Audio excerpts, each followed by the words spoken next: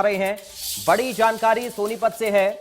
अमृत सरोवर योजना का शुभारंभ आज होगा और अब से कुछ ही देर में मुख्यमंत्री इस योजना का शुभारंभ करने वाले हैं। सीएम मनोहर लाल वेबकास्टिंग के जरिए अमृत सरोवर योजना का शुभारंभ करने वाली हैं थोड़ी देर में।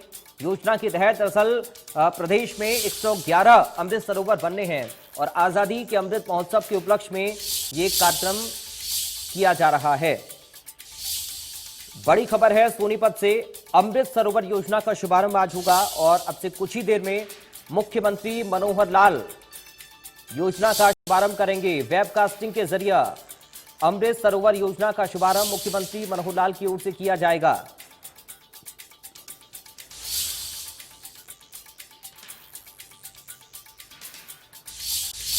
सोनीपत से इस वक्त एक बड़ी और अहम जानकारी और इस वक्त एक और बड़ी खबर आपको बता दें। बड़ी और अहम जानकारी लगातार सामने आ रही है। फरीदाबाद में कांग्रेस विपक्ष आपके समक्ष कार्यक्रम, भूपेंद्र सिंह हुड्डा इस कार्यक्रम में शिरकत करेंगे। दरअसल कांग्रेस पार्टी का ये कार्यक्रम है, विपक्ष आपके समक्ष, जनता से सीधा संवाद इस कार्यक्रम में करेंगे भूपेंद्र सिंह हुड्डा। भूपेंद्र सिंह हुड्डा इस कार्यक्रम में शिरकत करेंगे। बड़ी जानकारी इस वक्त आपको बता रहे हैं। जनता से सीधा संवाद स्थापित करेंगे भूपेंद्र सिंह हुड्डा। तो कांग्रेस पार्टी का यह अभियान है जिसका नाम है विपक्ष आपके समक्ष। फरीदाबाद में एक कार्यक्रम कांग्रेस पार्टी का, विपक्ष आपके समक्ष। इसमें पूर्व सीएम हरियाणा के भूपेंद्र सिंह हुड्डा शिरकत करेंगे। जनता से सीधा संवाद करेंगे भूपेंद्र हुड्डा। इस कार्यक्रम में जुड़कर भूपेंद्र सिंह हुड्डा कार्यक्रम में शिरकत करेंगे और जनता से सीधा संवाद होगा। जनता से जुड़ने की कोशिश इस कार्यक्रम के जरिए कांग्रेस पार्टी की है और ये कार्यक्रम फरीदाबाद में आज होना है जिसमें भूपेंद्र सिंह हुड्डा भी शिरकत करेंगे। बड़ी खबर इस वक्त आपको बता रहे हैं। फरीदाबाद में एक कार्यक्रम कांग्रेस पार्टी का, विपक्ष आपके समक्ष, जिसमें भूपेंद्र सिंह हुड्डा शामिल होंगे और जनता से सीधा संवाद करेंगे भूपेंद्र हुड्डा।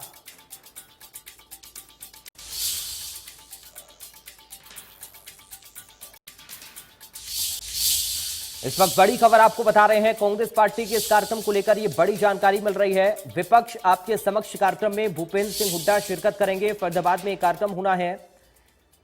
इस कार्यक्रम में भूपेंद्र सिंह हुड्डा पहुंचेंगे और जनता से सीधा संवाद करेंगे भूपेंद्र हुड्डा। ये बड़ी जानकारी इस वक्त आपको बता रहे हैं। कांग्रेस पार्टी का यह अभियान जनता से जुड़ने के लिए है, जनता से सीधा संवाद स्थापित करने के लिए है और आज फरीदाबाद में ये कार्यक्रम हो रहा है कांग्रेस पार्टी का, जिसमें भूपेंद्र सिंह हुड्डा शिरकत करने वाले हैं। जनता से सीधा संवाद करेंगे इस कार्यक्रम में भूपेंद्र सिंह हुड्डा। ये बड़ी जानकारी इस वक्त आपको बता रहे हैं। फरीदाबाद में कांग्रेस पार्टी का विपक्ष आपके समक्ष कार्यक्रम है, जनता से सीधा संवाद स्थापित इस कार्यक्रम के जरिए। फरीदाबाद से संवाददाता राजेंद्र दहिया इस वक्त हमारे साथ जुड़ गए हैं फोन लाइन पर। राजेंद्र, क्या कुछ अपडेट है कांग्रेस पार्टी के इस कार्यक्रम को लेकर? बिल्कुल पराग, मैं आपको बता दूं कि भूपेंद्र सिंह हुड्डा आज यहाँ पहुंचेंगे और विपक्ष आपके द्वार जो रैली है उसको संबोधित करेंगे। इसके अलावा इसमें प्रदेश अध्यक्ष व अन्य नेता भी यहाँ पर रहेंगे और जो रैली के आयोजक हैं वो विजय प्रताप सिंह हैं और कहीं ना कहीं जितनी भी जो खामियां हैं बीजेपी सरकार की, उनको उजागर करने का काम किया जाएगा और जनता को जो है यहाँ पर संबोधित करेंगे। और खासतौर से यहाँ पर जो मुद्दा रहने वाला है वो बिजली और जो सड़कें हैं फरीदाबाद की टूटी हुई, उसको लेकर भी ये मुद्दे यहाँ पर उठेंगे और कहीं ना कहीं भारी भीड़ यहाँ पर रैली में जुट रही है। जी, जनता से सीधा संवाद स्थापित करने की कोशिश कांग्रेस पार्टी अपने इस कार्यक्रम के जरिए राजेंद्र कर रही है। आने वाले वक्त में अपने संगठन को और मजबूत करने के लिए कांग्रेस पार्टी का अभियान माना जा सकता है जनता से सीधा जुड़ने के लिए। देखिए, बिल्कुल सीधे तौर पर कह सकते हैं क्योंकि जिस तरीके से रैली का आयोजन हुआ है, बड़ी रैली का आयोजन हुआ है और जनता इसमें भारी संख्या में पहुंच रही, तो कहीं ना कहीं जितने भी जो क्षेत्रीय नेता हैं वो अपना दमखम यहाँ पर दिखा रहे हैं और भीड़ ज्यादा से ज्यादा जुटाने का काम यहाँ पर किया जा रहा है। जी, चलिए ठीक है, बहुत शुक्रिया आपका राजेंद्र, तमाम जानकारी और इस पूरी बातचीत के लिए।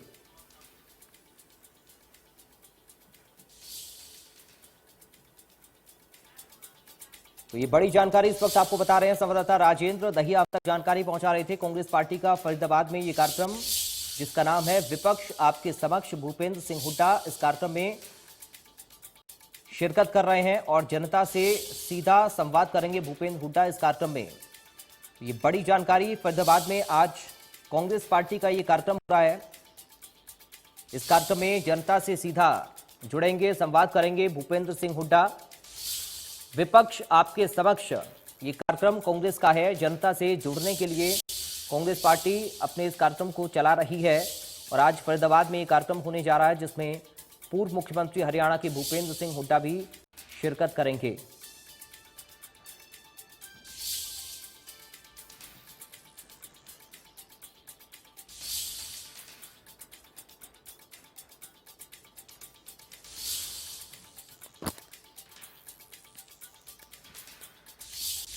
तो इस वक्त ये बड़ी खबर आपको बता दें, दरअसल आज फरीदाबाद में कांग्रेस पार्टी का ये कार्यक्रम होगा।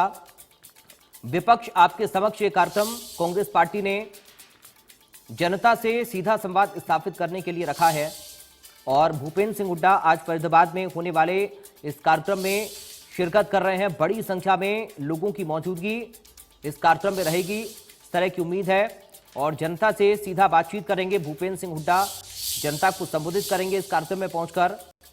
ये बड़ा कार्यक्रम आज फरीदाबाद में कांग्रेस पार्टी का बताया जा रहा है। विपक्ष आपके समक्ष, इस कार्यक्रम का नाम जनता से सीधा संवाद स्थापित करने के लिए ये कार्यक्रम कांग्रेस पार्टी का है और आज फरीदाबाद में ये कार्यक्रम हो रहा है। फरीदाबाद में होने वाले इस कार्यक्रम में हरियाणा के पूर्व मुख्यमंत्री भूपेंद्र सिंह हुड्डा शिरकत कर रहे हैं। जनता से सीधा संवाद करेंगे भूपेंद्र हुड्डा। ये बड़ी खबर इस वक्त आपको बता रहे हैं फरीदाबाद से। कांग्रेस पार्टी आज फरीदाबाद में विपक्ष आपके समक्ष कार्यक्रम कर रही है।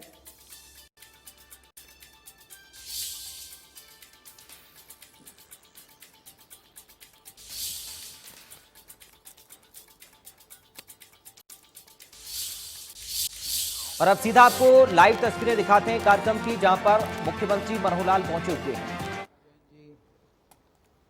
और मंच पर आसीन सभी विशिष्ट अतिथिगण और आज के इस अमृत सरोवर मिशन के समारोह में शामिल हुए गांव नाहरा और आसपास के गांव, ऐसे सभी बुजुर्गों, माताओं, बहनों, प्यारे बच्चों, जैसा कि आप सबको पता है कि आज पूरे हरियाणा प्रदेश में प्रधानमंत्री जी के आह्वान पर अमृत सरोवर मिशन का शुभारंभ माननीय मुख्यमंत्री महोदय द्वारा किया जा रहा है। आपके गांव से नाहरा गांव में पूरे स्टेट लेवल का फंक्शन आपके गांव में आयोजित किया गया है और जब यहां पर माननीय मुख्यमंत्री महोदय जी श्री गणेश करेंगे इस कार्यक्रम का, जिसका मकसद है कि हर जिले में 75 सरोवर बनेंगे और उसमें आज के दिन 111 जगह पे सभी 90 एमएलए, 10 एमपी और हमारे 6 डिविजनल कमिश्नर 111 जगह पे, अलग अलग जगह पे सब लोग अपने अपने अमृत सरोवर के श्री गणेश का शुभारंभ कर रहे हैं माननीय मुख्यमंत्री महोदय की शुरुआत के साथ।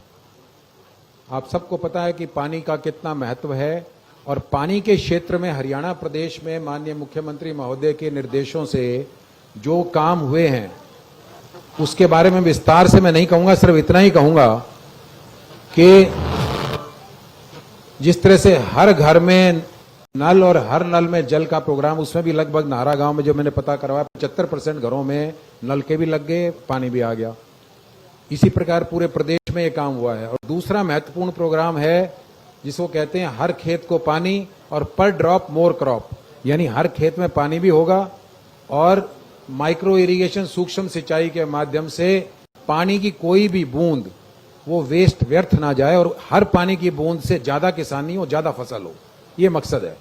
और इसलिए प्रत्येक हरियाणा के प्रदेश के गांव का मुख्यमंत्री महोदय जी ने कहा है कि उनका कैटेगराइज करें कि किस गांव में पानी का स्तर कितना है। जैसे आपके नाहरा गांव का पानी का स्तर लगभग 3 मीटर के करीब है, इसलिए वाटर स्ट्रेस्ड है, नीचे पानी अच्छा नहीं है। लेकिन अच्छी बात यह है कि आसपास से दिल्ली ब्रांच गुजरती है, नहर का पानी मिलता है और ये जो पौंड है इससे भी जो पानी आएगा उसको साफ सुथरा करके उससे भी सिंचाई की योजना बनाई जाएगी। तो कोशिश ये है कि पूरे प्रदेश में जिस तरह से बारिश के टाइम पे यमुना नदी से जो एक बहुत महत्वाकांक्षी योजना सीएम साहब ने बनवाई है हमारे इरिगेशन महकमे की तरफ से, 5000 क्यूसेक पानी, पूरे हरियाणा में लगभग 10,000 क्यूसेक पानी लगता है, 5000 एडिशनल पानी यमुना का बारिश के दिनों में लगभग 3000 करोड़ रुपए खर्च करके पानी को इकट्ठा करके नहर का बारिश के टाइम पर पूरा तंत्र ऊपर से नीचे तक मजबूत करके उस पानी को जहां जहां पानी की जरूरत है, चाहे उसको हम पॉन्ड्स में इकट्ठा करें या पूरे हरियाणा प्रदेश में इस्तेमाल करें, इसकी बड़ी महत्वाकांक्षी एक योजना है। अंत में मैं यही कहूंगा कि जो यहां मेरा पानी मेरी विरासत, सूक्ष्म सिंचाई योजना और ये जितनी योजनाएं हैं, उन सब के परिणाम स्वरूप अभी हाल में ही जल शक्ति अभियान जो पूरे साल चला था और प्रधानमंत्री जी ने इसका शुभारंभ किया था, उसे पूरे हरियाणा प्रदेश को सर्वश्रेष्ठ घोषित किया गया है। तो इसी सिलसिले में उम्मीद है कि आज ये हमारा अमृत सरोवर का मिशन जो माननीय मुख्यमंत्री महोदय शुरू करेंगे, उसमें भी हम पूरे भारतवर्ष में पहले नंबर के प्रदेश होंगे, क्योंकि इतनी बड़ी शुरुआत पूरे हरियाणा प्रदेश में ही आज हो रही है। आप सबका यहां इतनी बड़ी संख्या में आने पर बहुत बहुत शुक्रिया, धन्यवाद। बहुत बहुत आभार आदरणीय श्री देवेंद्र सिंह जी का। हमारे एडिशनल चीफ सेक्रेटरी सिंचाई और जल संसाधन विभाग हरियाणा सरकार। देवे सज्जनों, माननीय मुख्यमंत्री श्री मनोहर लाल जी के निर्देश और उनकी प्रेरणा से वर्ष 2018 में हरियाणा तालाब एवं अपशिष्ट जल प्रबंधन प्राधिकरण, अंग्रेजी में जिसका नाम Haryana pond and waste water management authority है, उसका गठन किया गया था। और उसके गठन के पीछे जो उद्देश्य था वो यही था कि जो प्रदेश के जितने हमारे तालाब हैं, जितने ऐसे वाटर बॉडीज हैं, उनका संरक्षण हो, उनका संवर्धन हो, उनको पुनर्जीवन मिले, उनका पुनरुद्धार हो, और जो हमारा वेस्ट वाटर है यानी प्रदूषित जल है वो उसमें ट्रीटमेंट से पहले न जाकर मिले, क्योंकि वहां का पानी भी दूषित होता है। और उसे एक इस राष्ट्रीय स्तर पर यह स्वरूप मिला है अमृत सरोवर मिशन के रूप में। आज एक छोटी सी फिल्म है और इस फिल्म के माध्यम से इस अथॉरिटी की जो गतिविधियां हैं, वो उद्देश्य हैं, जिस उद्देश्य से माननीय मुख्यमंत्री महोदय ने उसके गठन का निर्देश दिया था, वो आप भी और हम भी थोड़ा समझ पाएंगे। मैं निवेदन करूंगा टेक्निकल टीम से कि Haryana pond and waste water management authority की जो फिल्म है उससे प्ले करें स्क्रीन पर।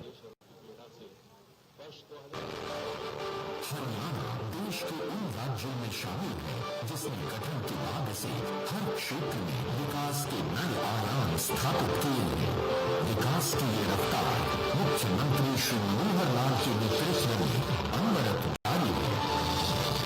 इसी कड़ी में राज्य के तालाबों का जीर्णोद्धार करने की दिशा में एक सकारात्मक पहल करते हुए हरियाणा सरकार ने हरियाणा तालाब और अपशिष्ट जल प्रबंधन प्राधिकरण का गठन किया।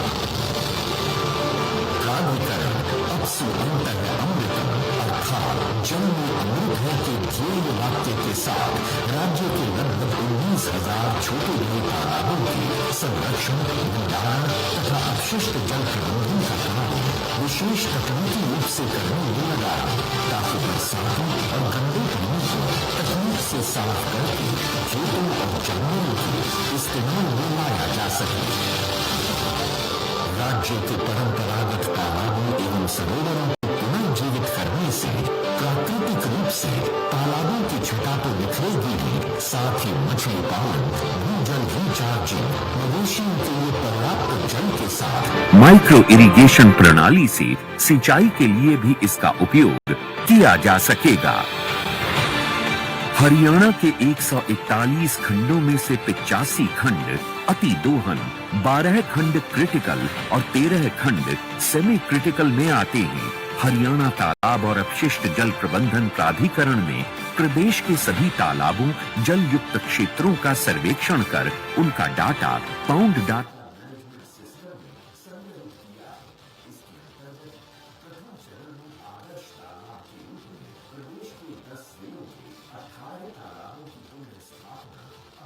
जल प्रबंधन के साथ कर ली गई है।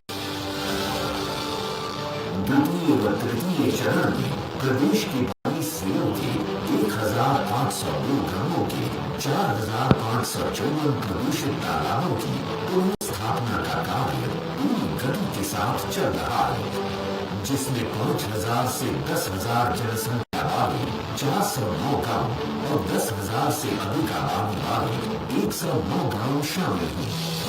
प्राधिकरण द्वारा सैटेलाइट इमेजिंग के माध्यम से सरकारी भूमि पर स्थित सभी जल निकायों की जियो मैपिंग और जियो टैगिंग करवाई जा रही है। तालाबों की रेस्टोरेशन के फलस्वरूप Haryana pond and waste management authority ने कोरोना संक्रमण काल में भी अपने 3 वर्षों की अवधि में प्रदेश में तालाबों के जीर्णोद्धार में अहम भूमिका निभाई है।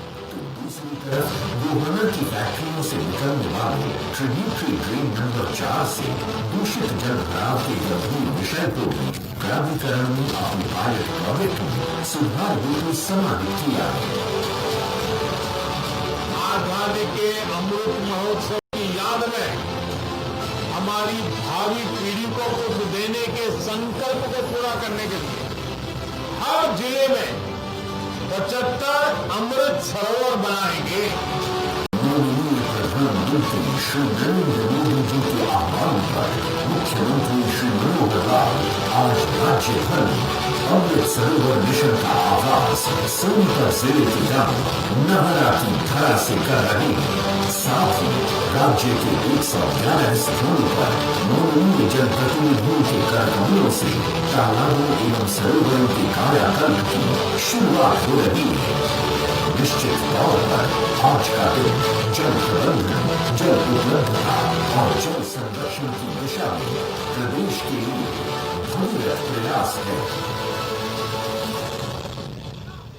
देव सज्जनों, ये आयोजन इस रूप में उसके पीछे की पृष्ठभूमि और मुख्यमंत्री महोदय के संकल्प जो कई वर्ष पहले से, जब से उन्होंने प्रदेश का नेतृत्व संभाला, तब से उनके दिमाग में जो संकल्प थे वो साकार रूप इस रूप में लिए, इस अथॉरिटी के रूप में, और लगातार हम इस दिशा में आगे बढ़ रहे हैं।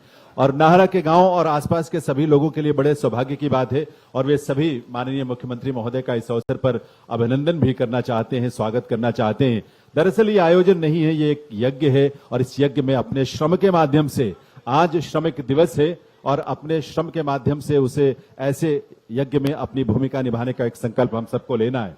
तो आइए मैं निवेदन करूंगा नाहरा गांव के जो सरपंच हैं और प्रतिनिधि हैं कि वो आए और इस मंच पर आकर माननीय मुख्यमंत्री महोदय श्री मनोहर लाल जी का आप सबकी गरिमामयी उपस्थिति में अपने संकल्पों के और अपने सम्मान के भाव के साथ और जो उस उद्देश्य के साथ जिसका कार्यक्रम का आयोजन किया गया है, उस उद्देश्य में अपनी सहभागिता सुनिश्चित करने के संकल्प के साथ यहां मुख्यमंत्री महोदय का अभिनंदन करेंगे, उनका स्वागत करेंगे। और स्वागत के रूप में उनका दायित्व भी है, इस गांव के सरपंच, उनकी पूरी टीम या गांव का हर वासी, समुदाय समाज का हर वासी, उसका ये संकल्प भी है और उसे ये प्रण भी लेना होगा, शपथ भी लेना होगा कि ये शुरुआत जो हो रही है वे उसके कस्टोडियन हैं और कस्टोडियन यानी संरक्षक हैं और संरक्षक के रूप में वे अपने दायित्वों का निर्वहन करेंगे। ऐसे तालाब, ऐसे सरोवर फिर से कभी इस तरह से अपने जीवन के, अपने अस्तित्व के लिए उनके सामने संकट न खड़ा हो, इस बात को सुनिश्चित करेंगे। तो आप प्लीज, इतने लोगों की आवश्यकता नहीं है मंच पर, इतने लोगों की आवश्यकता नहीं है, सिर्फ 2-3 लोग आ जाएं और वे सामने से जरा देखने भी देंगे और आप सबकी तरफ से सामने के हिस्से से हट जाएंगे ताकि लोग देख सकें और तालियां भी बजा सकें, क्योंकि ये प्रतिनिधि यहां पर मंच पर आपकी ही हैं, आपकी तरफ से ही हैं। इस गांव और इसके आसपास के इलाकों से आए हुए ये हमारे सभी भाई बहन जो यहां उपस्थित हैं, वे इस अवसर पर माननीय मुख्यमंत्री महोदय का अभिनंदन कर रहे हैं, उनका स्वागत कर रहे हैं। तालियां आप सबकी तरफ से, बहुत ही सम्मान से भरी तालियां, संकल्पों के साथ भरी तालियां, उन संकल्पों के साथ कि हम ऐसे मिशन में अपनी भूमिका हम जरूर निभाएंगे। सभी से निवेदन है कि वे सभी अपना अपना स्थान ग्रहण करें और आभार इन सभी का, अभिनंदन और वंदन एक बार पुनः माननीय मुख्यमंत्री महोदय का, उनकी सोच के लिए, उनके संकल्प के लिए और प्रदेश के लोगों के कल्याण का मार्ग प्रशस्त करने की जो प्रेरणा उनसे मिलती है उसके लिए।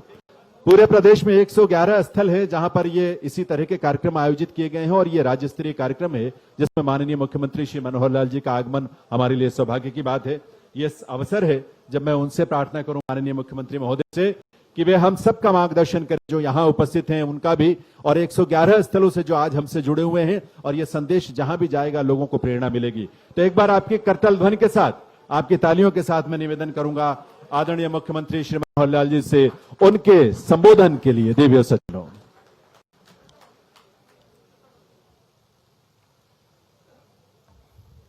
जोरदार एक हुंकार के साथ जय घोष का उत्तर देंगे। भारत माता की। भाई नारा वालों की आवाज तो नहीं आई है। भारत माता की, भारत माता की। आज नारा गांव के बहुत ही एक पवित्र उत्सव में, जिसको हमारे स्टेज सेक्रेटरी साहब ने कहा कि एक यज्ञ का कार्यक्रम है, कोई सभा नहीं है। और न केवल ये कार्यक्रम आज नारा गांव में हो रहा है, बल्कि हरियाणा के 110 अन्य स्थानों पर भी हो रहा है। तो ऐसे सभी स्थानों पर जुड़े हुए हमारे हरियाणा सरकार के और केंद्र सरकार के माननीय मंत्रीगण, वहां से जुड़े हुए सभी हमारे सांसदगण, सभी विधायकगण, सभी अधिकारीगण, यहां मंच पर विराजमान हमारे एडिशनल चीफ सेक्रेटरी इरिगेशन के श्री देवेंद्र सिंह जी, ग्राम विकास के हमारे additional chief secretary Shri Amit Jha ji, party के जिलाध्यक्ष श्री तीर्थ राणा जी, हरियाणा सरकार के पूर्व मंत्री श्रीमती कविता जैन जी, और पार्टी के हमारे बहुत ही सीनियर प्रमुख कार्यकर्ता श्री देवेंद्र कौशिक जी, श्रीमती मीना नरवाल जी, श्री उमेश शर्मा जी, अशोक भारद्वाज जी, सुनील जी सरपंच, पूर्व सरपंच नाहरा, उपस्थित सभी 111 के 11 स्थानों पर नारा मिलाकर आज की इस कार्यक्रम में उपस्थित बुजुर्गों, नौजवान साथियों, माताओं, बहनों, पत्रकार, छायाकार मित्रों, सबसे पहले जैसा बताया कि आज अंतर्राष्ट्रीय श्रमिक दिवस है और इस अंतर्राष्ट्रीय श्रमिक दिवस 1 मई के उपलक्ष्य में आज मैं देश और दुनिया के सभी श्रमिकों को अपनी ओर से बहुत बहुत बधाई देता हूं, बहुत बहुत शुभकामना देता हूं।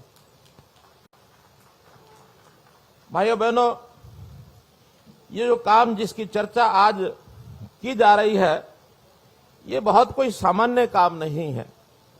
जल संरक्षण, जल का बचाव, ये आज की महती आवश्यकता है, क्योंकि हम जानते हैं कि जल इस पृथ्वी के साथ जुड़ा हुआ एक ऐसा विषय है कि जिसकी एक सीमा है।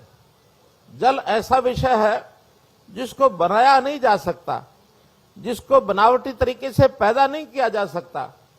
ये जल ऐसी चीज है जिसका पृथ्वी के ऊपर सर्कुलेशन होता है, अर्थात वर्षा होती है, पहाड़ों पर बर्फ बन जाती है, पिघलती रहती है, नीचे आती है, मैदानों में भी वर्षा होती है, नीचे आने के बाद फिर वो यहां की वर्षा के साथ मिलकर या तो हमारे सिंचाई के काम आता है, या हमारे पीने के काम आता है, हमारे उद्योग के अंदर काम आता है, और कहीं कहीं जो हमारे तालाब होते हैं, सरोवर होते हैं, बावड़ियां होती हैं, झीलें होती हैं, इनके अंदर भी हम एकत्र करते हैं।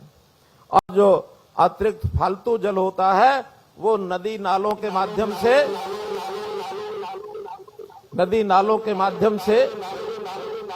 भैया ठीक करो जरा,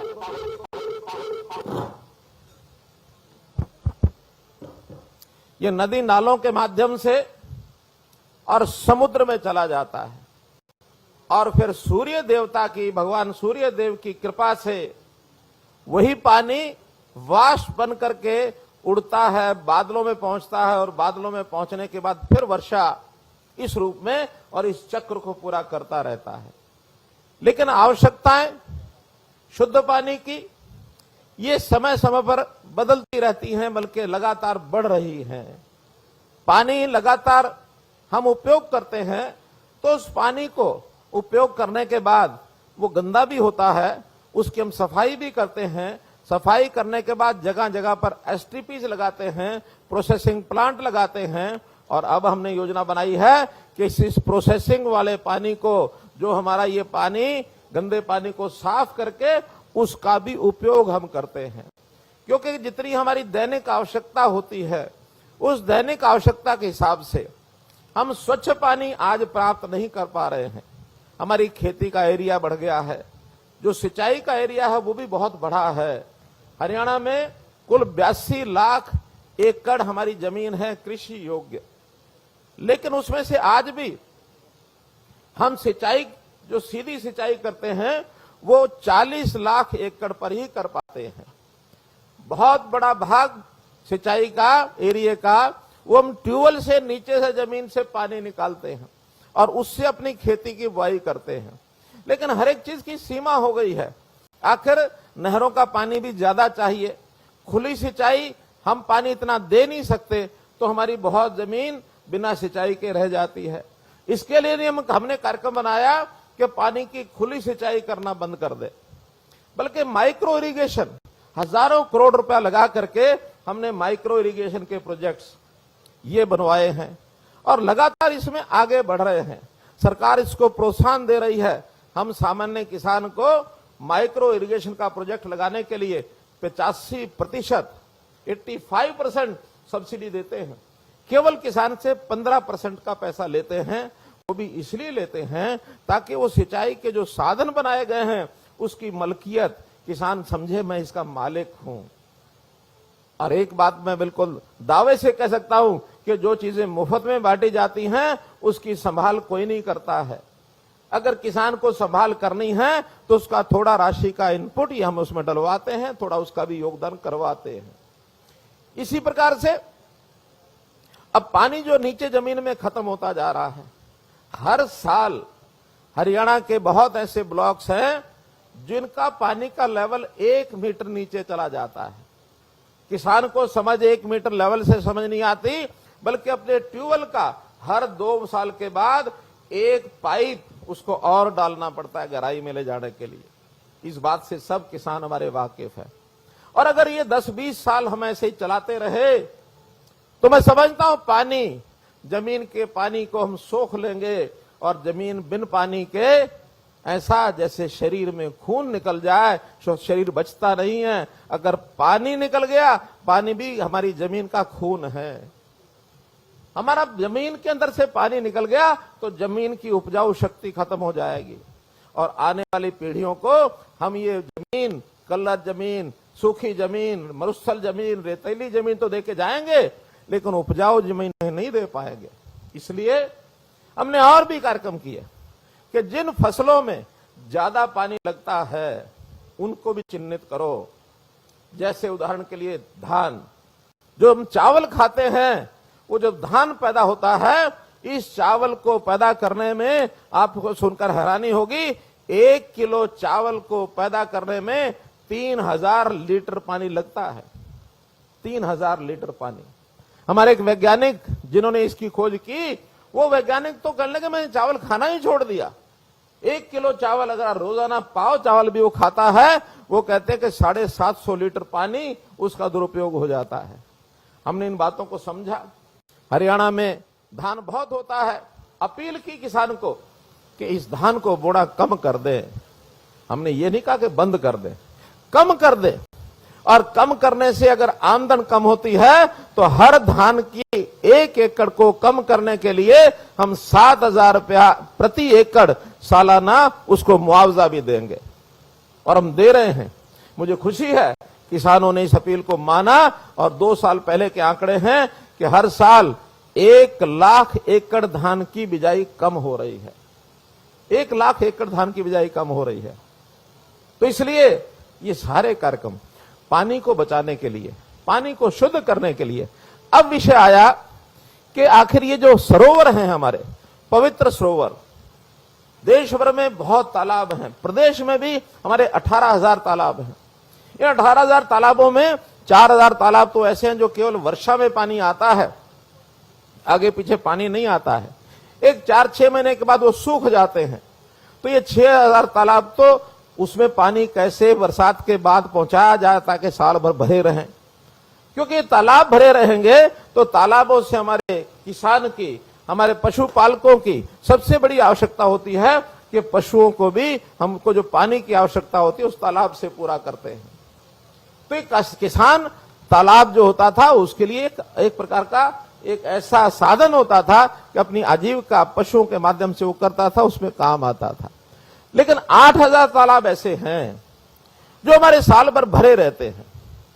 उसमें पानी, गंदा पानी, अब चूंकि घरों के अंदर पानी जाने लग गया है, टूटियां हम खोल कर रखते हैं। उसके लिए भी निवेदन है कि टूटी अनावश्यक ना खोले। लेकिन पानी उपयोग के बाद जो सीवरेज का भी विषय है या पशुओं का जो मलमूत्र है, वो भी पानी, साफ सफाई का पानी है, वो पानी भी नालियों के माध्यम से तालाबों में आता है। तालाब पहले खुदाई होते थे हर साल, दुर्भाग्य से उन तालाबों की खुदाई बंद हो गई है। ये पारस्परिक श्रम करके लोग, साझेदारी से गांव के लोग साल में एक बार तालाब खोदा करते थे। मुझे याद, हम छोटे थे तो घर घर से एक आदमी को बुलाया जाता था कि तालाब की खुदाई होनी है। वो सूखा जब एरिया होता था उसमें महीना 2 महीने लगाकर बरसात से पहले खुदाई होती थी, दोबारा से पानी भरता था। जब खुदाई हो जाती है तो जमीन नीचे की और पोरस हो जाती है, अर्थात उसमें यानी सुराख की तरह पिल पोली जमीन हो जाती है, जिसको नरम जमीन के माध्यम से वो जो पानी तालाब का जमीन के अंदर जाता था। आज जो गंदगी भर जाती है, तालाब की तलहटी, उसको साफ ना करने के कारण से चिकनी मिट्टी हो जाती है। चिकनी मिट्टी के बाद वो पानी जमीन में जाता नहीं है। फिर बरसात में दोबारा से पानी आता है, इधर गांव का पानी इकट्ठा होता है और पानी गंदा होकर के ओवरफ्लो हो जाता है, गंदगी फैलती है। उस ओवरफ्लो पानी का कोई उपयोग नहीं होता है। डिमांड आती है जगह जगह से कि अब कोई ड्रेन बनाओ, यहां से ड्रेन से इस पानी को बाहर निकालो। जहां खेतों में पानी भर जाता है, खेतों की यही हालत है। पहले जमीन पोरस होती थी, उसके नाते से जमीन में पानी रिसता था। अब जब से केमिकल खाद डालने लग गए हैं, हम यूरिया डालते हैं, डीएपी डालते हैं, पोटाश, तरह तरह की दवाइयां, ये डालने के बाद जमीन खेती की वो भी एक प्रकार से उसका प्रकार बदल गया है और वो जमीन पोरस नहीं रही है, पानी नीचे नहीं जाता है। थोड़ी बरसात होने के बाद भी कई जगह पानी इकट्ठा हो जाता है। मांग उठती है इस पानी को बाहर निकालो, नहीं तो खेती जमीन फसल नहीं होगी। इन सब चीजों पर एक एक करके हम ध्यान दे रहे हैं। आज जो विषय को लेकर के आज प्रदेश भर में अभियान चला है, प्रधानमंत्री जी ने आह्वान किया है कि देश के तालाबों को इसको ठीक करो। योजना चलाई अमृत सरोवर योजना। अमृत सरोवर योजना में देश के 50,000 तालाब, इनको हमको ठीक करना है। हरियाणा के 8,000 तालाब, इनको हमने ठीक करना है। हर जिले में टारगेट तय किया गया कि इस पहले चरण में 15 अगस्त तक हम हर जिले के 75 तालाब, अर्थात हरियाणा के 1600 तालाब, ये हम 15 अगस्त तक इस पर काम चालू कर देंगे। तालाब की खुदाई करना, तालाब की स्पोर्ट वाल बनाना, बड़े तालाब जहां हैं उसके चारों तरफ उसका कोई पौधे लगाकर, फूल पत्ती लगाकर वहां उसको एक मार्ग बना के लोगों के लिए भ्रमण के ऐसे स्थान बनाना, उसका सौंदर्य बढ़ाना। अर्थात जो तालाब अभी तक गंदे पड़े हैं उन तालाबों को लोगों के भ्रमण के लिए, आने जाने के लिए कैसे ठीक किया जाए। यहां एक बात और भी मैं कहूंगा, बहुत तालाब ऐसे हैं जो ऐतिहासिक कहानियों से जुड़े हुए हैं, उनको तीर्थ माना हमने। उनको केवल पानी का तालाब ऐसा नहीं है, बल्कि उनको तीर्थों की तरह से हम पूजते भी रहे हैं। मुझे खुशी है, आप तो जानकारी है ही है, लेकिन मीडिया के माध्यम से सब लोगों को ये जानकारी मिले कि यहाँ का जो नाहरा का तालाब है, ये तालाब नाहर सिंह नामक व्यक्ति ने आज से और 900 साल पहले सन 1309 ईस्वी में उस व्यक्ति ने यहाँ तप किया था और उस तप के कारण से इस तालाब का निर्माण हुआ। चारों तरफ धाम बने हुए हैं। इस तालाब को गंगेश्वर सरोवर ये हमने कहा है, गंगेश्वर सरोवर। और इस गंगेश्वर सरोवर का पानी इतना स्वच्छ था, निर्मल था कि आसपास के बताते हैं 24 गांव ऐसे हैं जो इस पानी को यहां से ले जाकर के उसमें खाना बनाते थे। आज इस सरोवर को अगर हम देखते हैं, कोई कल्पना कर सकता है कि इसके पानी से खाना बनाया जा सकता है? कल्पना नहीं कर सकते, क्योंकि वो तालाब प्रदूषित इतना हो गया है। इस प्रदूषण के कारण से इनको ठीक करने का बीड़ा ये देश के प्रधानमंत्री ने उठाया है। एक प्रकार से मैं प्रधानमंत्री के बारे में अगर ये कहूं कि एक समय ऐसा था जब गंगा को पृथ्वी पर लाने के लिए और भगीरथ ने जो प्रयास किए, गंगा को पृथ्वी पर ला करके जीवनदायिनी गंगा आज हमारे जीवन का आधार है। इसी प्रकार से आप उनको किसी भी श्रेणी में रखें, लेकिन इस जल को स्वच्छ करने के लिए जितनी योजनाएं बनाई है पिछले 7 साल में, जल ही जीवन है, हर नल से हर घर को नल से जल की जो योजना बताई है, जल को स्वच्छता के नाते से, स्वच्छता अभियान के नाते से इतना बजट खर्च किया है कि इस पानी को किस तरीके से बचा लो। मैं इनको एक दूसरे भागीरथ की संज्ञा देता हूं। नरेंद्र मोदी हमारे आज के भागीरथ हैं। ये पानी का बहुत बड़ा संकट, भाइयों बंधुओं, इसको हमको समझना चाहिए। पानी हमारी जान है, जल ही जीवन है। तो इस जल ही जीवन के अगर बात को हम ध्यान रखते हैं तो हम इसके ऊपर जरूर ध्यान करें कि हम आगे चल करके ऐसा ना हो आने वाली पीढ़ी वो हमको गालियां दे, वो हमको ये कहेगी कि हमारे पूर्वजों ने इतना ध्यान नहीं रखा कि हमको विरासत में जहां जमीन दे गए वहां पानी तो दे जाते। तो इस पानी के संकट की हमारी अगली पीढ़ियां वो इसको न ध्यान करें। तो एक एक बूंद पानी को बचाना, प्रधानमंत्री जी ने कहा है कि हर बूंद इसका उपयोग करो, हर बूंद का उपयोग चाहे घर में इकट्ठा करो, चाहे रिचार्ज करके जमीन में डालो। हमने निर्देश दिए कि सरकारी भवन जितने भी हरियाणा के अंदर, उन सब के अंदर वहां रिचार्जिंग वेल बनेंगे। जो बरसात का पानी है बाहर नहीं जाना चाहिए, बल्कि जमीन के अंदर छोड़ो, जमीन में साफ होकर के नीचे के तल में पहुंच जाएगा। रिचार्जिंग ऑफ वाटर, किसानों के को भी आह्वान किया है कि आप अपने इलाके का जो बरसात का पानी है उसको बह करके बाहर मत जाने दो। अब हमको बताओ, हम वहां रिचार्जिंग ट्यूबवेल लगाएंगे। पिछले साल हमने 750 ट्यूबवेल लगाए हैं नए, और इस बार घोषणा की है कि आने वाले 2 वर्षों में 5000 नए रिचार्जिंग ट्यूबवेल हम लगाएंगे। 5000 ट्यूबवेल लगाएंगे, यानी बोरवेल जिसको कहते हैं, ट्यूबवेल नहीं, बोरवेल। पानी अपने आप नीचे चला जाता है। बरसात के दिनों के अंदर उसकी एक टेक्नोलॉजी सी बनी है कि वो पानी बजाय बाहर जाने के, हरियाणा की एक एक बूंद पानी की जो हमारे पास आए उसका हम सदुपयोग करें। जो पानी हम स्वच्छ कर रहे हैं, एसटीपी लगा रहे हैं, उसके लिए भी देवेंद्र सिंह जी यहां बैठे हैं, इनको हमने कहा है कि उस पानी का उपयोग या तो इंडस्ट्री के लिए यूज करें, इंडस्ट्री को भी पानी चाहिए, नहीं तो बागवानी शहरों के अंदर जो होती है, पार्क होते हैं, उसमें उपयोग करना चाहिए, और नहीं तो उस पानी का उपयोग हम खेती के लिए करें। हर तालाब के आसपास, हर एसटीपी के आसपास हम उसका एक कमांड एरिया बनाएं, उस कमांड एरिया में माइक्रो इरिगेशन के प्रोजेक्ट लगाएं, ताकि वो उस पानी की क्वालिटी भी अच्छी होती है फसल के लिए, सब्जियों के लिए, कि उस पानी में स्वाभाविक खाद भी होता है। उस पानी की गंदगी की मात्रा को कम करना, लेकिन खाद का जो उसके अंदर अवयव होता है उसको बनाए रखना। उस पानी से फसल, सब्जियां, फूल की खेती वो ज्यादा होती है तुलना के बारे में। तो इसलिए इस पानी का उपयोग चाहे हम किसान की खेती में करें, चाहे हम साफ सफाई के काम में करें, घरों में भी। कुछ शहरों में हमारे जो सेक्टर्स हैं हुड्डा के, एचएसवीपी के, उनको हमने कहा कि आप वहां उस इलाके में डबल लाइन बिछा दो। एक लाइन नहरी पानी जो पीने का आता है उसको साफ वाटर वर्क्स में करना, और पीने के पानी के लाइन एक पानी पीने के अलावा घर में और जो अन्य उपयोग होते हैं, साफ सफाई के लिए, स्वच्छता के लिए, शौचालय के लिए, फ्लश के लिए, बागवानी के लिए, गाड़ी धोनी है उसके लिए, तो इस पानी का उपयोग करो ताकि उसका भी सदुपयोग हो जाए पानी का। इस नाते से बहुत से हमने कार्यक्रम बनाए हैं। आज तो मैं इतना ही कहूंगा भाइयों बहनों कि जिस सरोवर के नाते से आज हम चर्चा कर रहे हैं, गंगेश्वर सरोवर, ऐसे 111 सरोवर पूरे हरियाणा में उस पर आज काम शुरू हो रहा है। जहां जहां इंजीनियरिंग के काम पास हो गए हैं, जहां कोई स्पोर्ट वाल होनी है, जहां कहीं उस पानी की स्वच्छता के लिए एसटीपी लगना है, वहां उस प्रकार का काम, और जहां केवल उसकी खुदाई का काम करना है तो मनरेगा के माध्यम से उसकी खुदाई का काम दोनों आज शुरू कर दिए हैं। 111 के 111 स्थानों के ऊपर योजना हमारी बन गई है। यहां का जो तालाब है उसके ऊपर 82 लाख रुपए का खर्च ये होगा, ऐसा इसका प्रोजेक्ट रिपोर्ट बना दी गई है, जिसमें से 29 लाख रुपया, लगभग 29 लाख रुपया तो यहां भेज दिया गया है, जो रिलीज हो गया है, जिसका काम आज शुरू हो जाएगा, और शेष बचा हुआ 52 लाख रुपया वो भी जल्द जो है रिलीज होगा। उसके बाद उसका जो स्वच्छता का और उसका जो बाकी काम है वो उसके ऊपर हम करेंगे।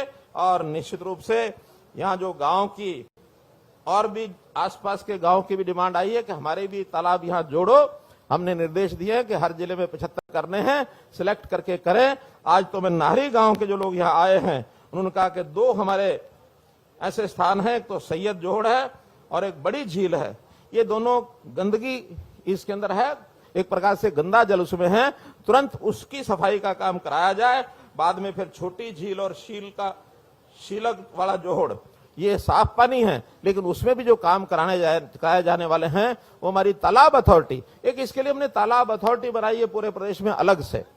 वो तालाब अथॉरिटी, पॉन्ड अथॉरिटी जिसका नाम है, वो सभी तालाबों पर काम करेगी और इसके लिए हमने 1000 करोड़ रुपया ये अलग से अपने बजट में तय किया है कि इस विषय को प्राथमिकता देनी है, इस पर कहीं भी पीछे हटना नहीं है। तो बंधु, आज के इस अवसर पर मैं इतने ही कहते हुए कि आप सब लोग इस अभियान में साथ दें, क्योंकि एक तरफ सफाई का अभियान चल रहा है, यदि हमने उसको साफ रखने में मदद नहीं की तो दूसरी तरफ गंदगी का अभियान शुरू हो जाएगा और आते जाते हम गली में, सड़क पर कहीं भी गंदगी फेंकेंगे, पानी बहेगा, पानी बह के तालाब में जाएगा।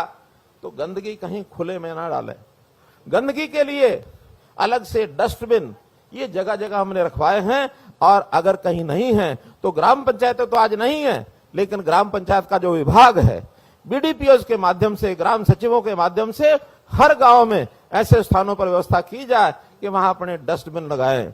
घरों के अंदर भी डस्टबिन रखने चाहिए ताकि उस कूड़े को बजाय बहाने के या बजाय बाहर डालने के, जिस पर मक्खियां भिनभिनाती हों और वो मक्खियां फिर आके हमारे खाने पर बैठती हों, बीमारी फैलाती हों, इसकी बजाय साफ सफाई के लिए गंदगी डस्टबिन में रखनी चाहिए। उसको विधिवत जहां डाल के आना है या कोई इकट्ठा करने वाला इकट्ठा करके ले जाएगा, ताकि हमारे तालाब में एक भी कचरा, उसका कण ये जाना नहीं चाहिए, तालाब हमारे सुरक्षित रहे। तो इस प्रकार से बता दिए नाहरा के, नाहरा में बता रहे हैं कि और भी 4 तालाब हैं, दादा देव वाला जोहड़, गोसाई वाला जोहड़, बाईद वाला जोहड़, माता वाला जोहड़, इन चारों का भी, गंगेसर तालाब के साथ साथ इन चारों का भी जो तालाबों का सुधारीकरण ये सब किया जाएगा।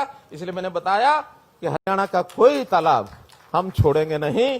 गांव के लोगों ने इसके अलावा भी कुछ और डिमांड रखी हैं, हालांकि जिले भर की डिमांड्स तो हम जब कोई जिले की रैली करेंगे उसमें बताएंगे, लेकिन जिस गांव में मैं आया हूं, मेरा फर्ज बनता, दायित्व बनता है कि वहां के कुछ कामों की घोषणा मैं ये अवश्य करके जाऊं। तो उस नाते से यहां गांव के लोगों ने भी खेतों के रास्ते जिनको पक्का करवाना है, ऐसे जिन रास्तों को चिन्हित करके भेजा जाएगा, उन रास्तों को पक्का कराया जाएगा। और इस पर कोई बहुत बड़ी राशि नहीं लिखी है कि केवल 70 लाख रुपए की आवश्यकता है, वो हम मंजूर करते हैं।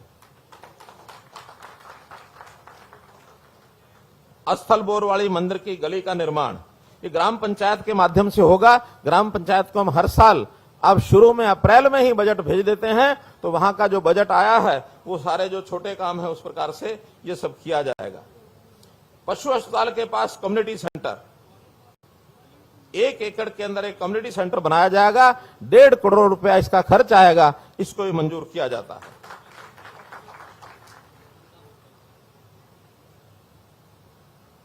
पार्क का निर्माण, एक कोई बताया पशु अस्पताल से आगे रोड के साथ साथ 3 एकड़ में पार्क का निर्माण, ये पार्क के निर्माण के लिए ड्राइंग बन गई है, उसको अप्रूव करा दिया है। न केवल पार्क बनेगा, उस पार्क में ओपन जिम और झूले ये भी लगाए जाएंगे, ताकि गांव के बच्चे, नौजवान, लड़के लड़कियां, महिलाएं सब आ करके और उस नाते से और इन झूलों का, जिम का ये अपना उपयोग कर सके। गांव में लाइब्रेरी की बात है, उसकी बिल्डिंग तैयार है और डेवलपमेंट पंचायत विभाग इस लाइब्रेरी को भी पूरा कराएगा।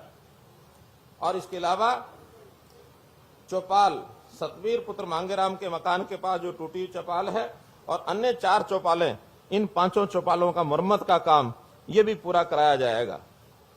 राजकीय कन्या वरिष्ठ माध्यमिक विद्यालय, जहां पुरानी बिल्डिंग है, हालत अच्छी नहीं है, उसकी मुरम्मत या अगर आवश्यकता लगेगी तो नई इमारत जैसी भी यहां बताई जाएगी उसके निरीक्षण करके, उसकी फिजिबिलिटी चेक करके, और हमारे सीओ जिला परिषद, डायरेक्टर पंचायत डेवलपमेंट, ये उनको भी पूरे काम को कराएंगे। गांव में डिग्गी के पानी की पाइपलाइन, इसको भी, यानी इस पाइपलाइन को दबवाकर पूरे एरिया में पानी की समुचित व्यवस्था, ये की जाएगी। इसका काम सैंक्शन हो गया है, 15 दिन में इसको शुरू कर दिया जाएगा। तो इस प्रकार के कुछ काम ये जो बताए गए हैं ये तो तुरंत प्रभाव से शुरू होंगे। अन्य काम भी किसी गांव के हों, किसी शहर के हों, हमने इसमें व्यवस्था बनाई है। रोज रोज आपने हमारे पास आना नहीं है, ना किसी मंत्री एमएलए के पास जाना है, बल्कि गांव के काम के लिए एक पोर्टल बनाया है, वो है ग्राम दर्शन। आप ग्राम दर्शन लिखेंगे, अपने आप वो पोर्टल आ जाएगा। अपना गांव उसमें निकालिए, अपना परिवार पहचान पत्र आप चलिए, आप ऐसा करो, इस कागज पर एक लिखवा दो, लिखवा के मैं जाऊं उससे पहले मुझे दे दो, और नहीं तो डिप्टी कमिश्नर को। मैं बता रहा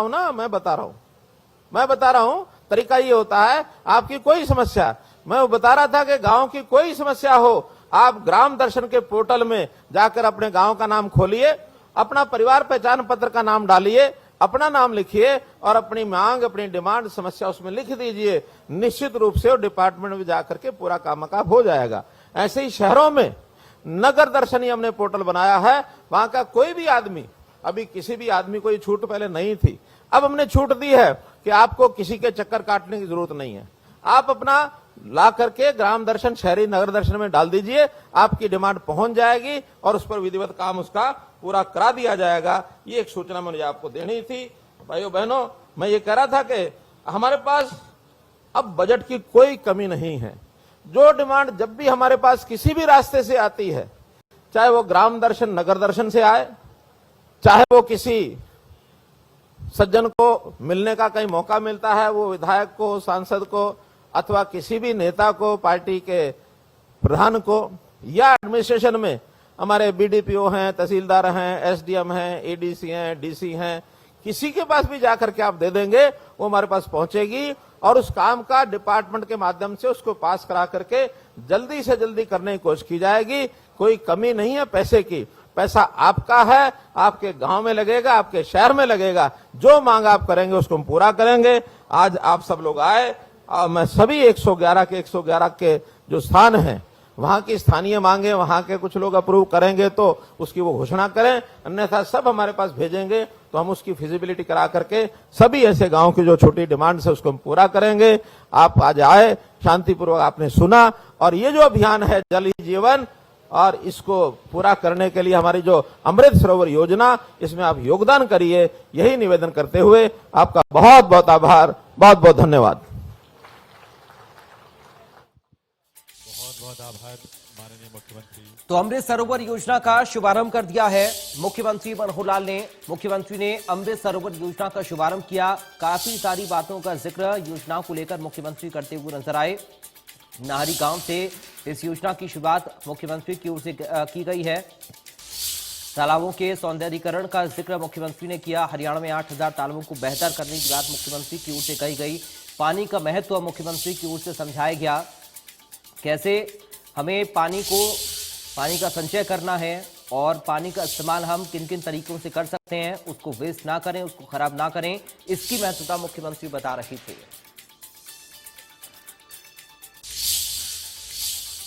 तो फिलहाल रुक रहे हैं एक छोटे से ब्रेक के लिए। आप देखते रहिए इंडिया न्यूज हरियाणा।